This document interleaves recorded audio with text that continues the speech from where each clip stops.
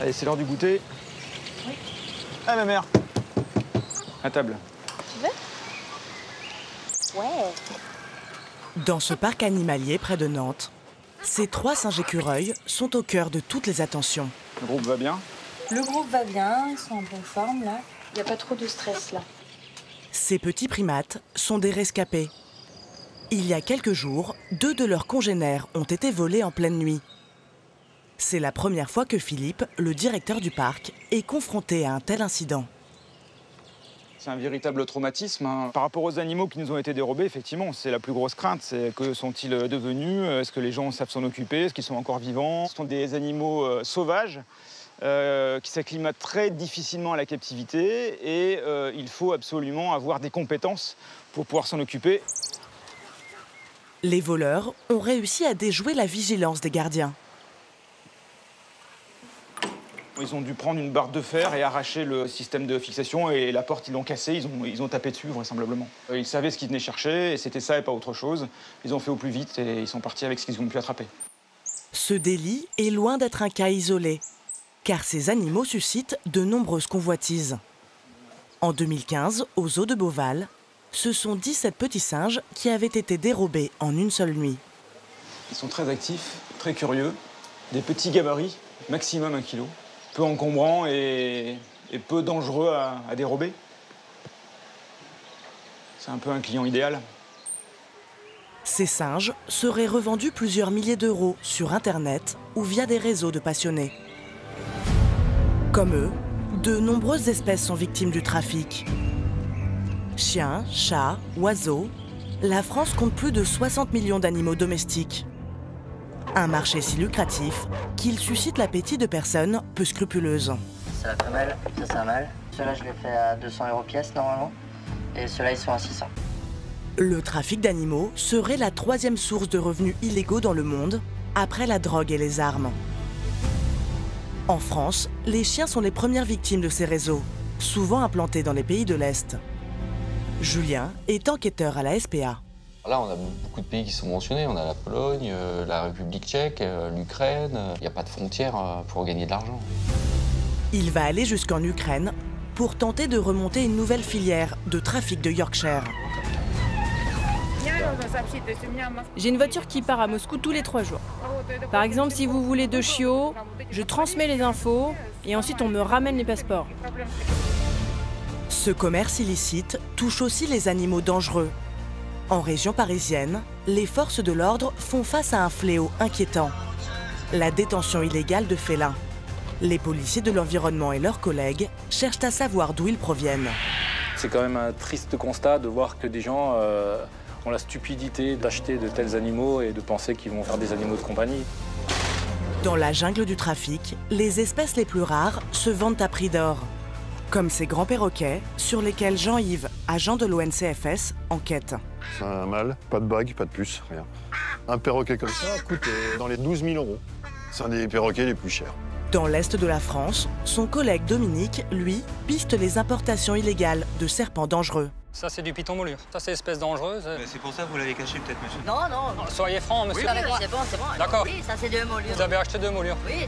Pendant plus d'1 an, nous avons suivi les enquêtes de ces hommes et ces femmes au cœur des trafics d'animaux.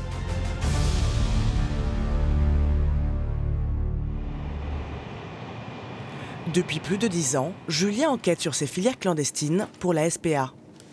Ce matin, il se rend dans l'est de la France à la suite d'un signalement venant d'une vétérinaire. L'affaire concerne un Yorkshire qui proviendrait d'un réseau de trafiquants. Là, on est par exemple sur un York Beware, donc c'est un petit chien qui est à la mode.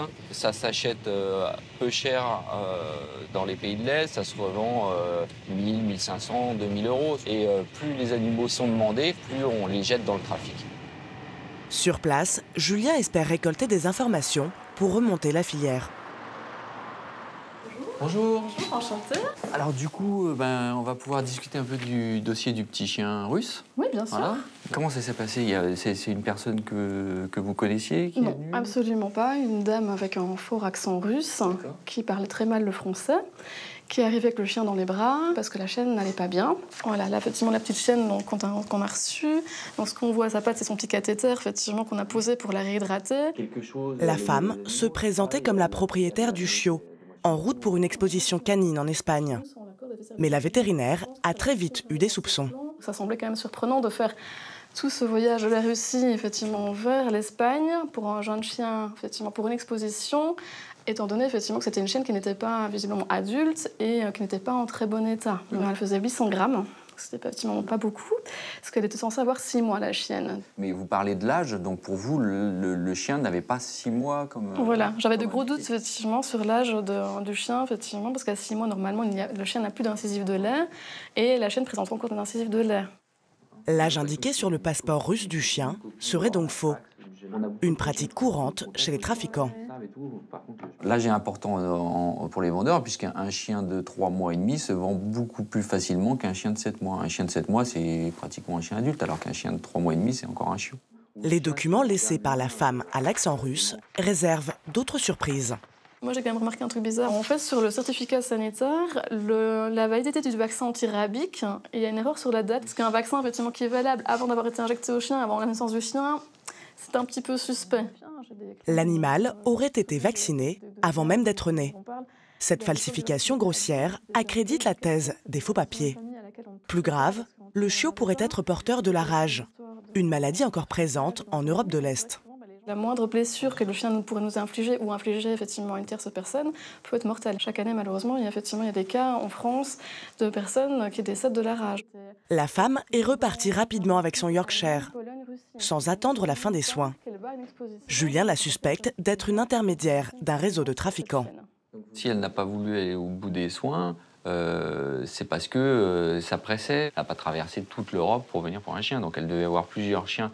Et évidemment avec des complices dans un camion ou une voiture. Et elle devait faire quelques livraisons. Et là, à mon avis, ça les a fortement ennuyés. Oui. Là, c'est que des suppositions, mais il y a quand même des choses qui nous permettent de dire qu'il y a du trafic là-dessous. Et on a aussi peut-être des victimes. Ouais, donc on va essayer de voir tout ça. Et puis je vous tiens au courant. Très bien. La piste du trafic de Yorkshire entraîne Julien jusqu'à Grenoble. Il vient de recevoir un autre témoignage concernant un chiot de la même race. Bonjour. Enchanté. Cette fois, c'est un acheteur qui l'a directement contacté. Allez. Très mignonne. Très mignonne. Il y a quelques mois, David s'est offert Patty, une petite femelle d'1 an. Ce qui m'a plu chez ces Beware, c'est qu'en fait, c'est comme un Yorkshire. Moi, j'adore les Yorkshire, mais c'est différent. Un Beware, c'est tricolore. Noir, blanc et feu sur les côtés. En France, la production de York Beware est faible et les prix sont souvent élevés. Entre 1 200 et 2 000 € le chiot. Pour payer moins cher, David est donc allé sur le site internet d'une éleveuse étrangère. Ça, c'est tous les chiens disponibles? Voilà, c'est ça. Et donc c'est là, quand vous faites la demande de réservation, qu'elle vous dit le chien est en Roumanie, le chien est à Prague ou le chien est en Pologne. Moi je suis tombé sur une Roumaine qui m'a dit il faut payer sur un compte en Suisse. Et le chien arrivait par transporteur.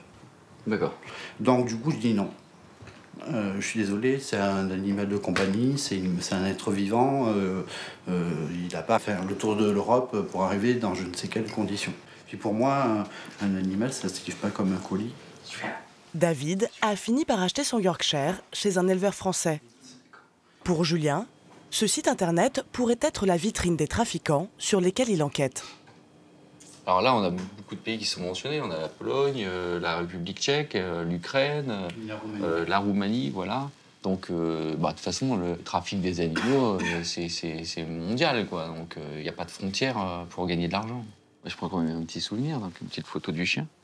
Afin de remonter la filière, Julien va devoir se rendre en Europe de l'Est.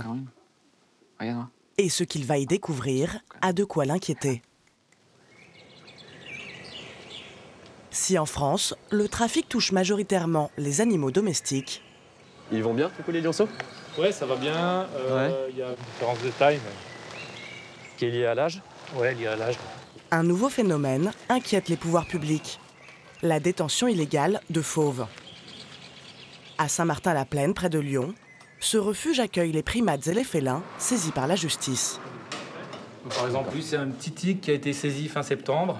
Il avait 2 mois. Je préférerais les voir en milieu naturel, mais bon, déjà c'est... Olivier et Sylvain, policiers de l'environnement, sont venus spécialement de Paris pour une enquête hors norme.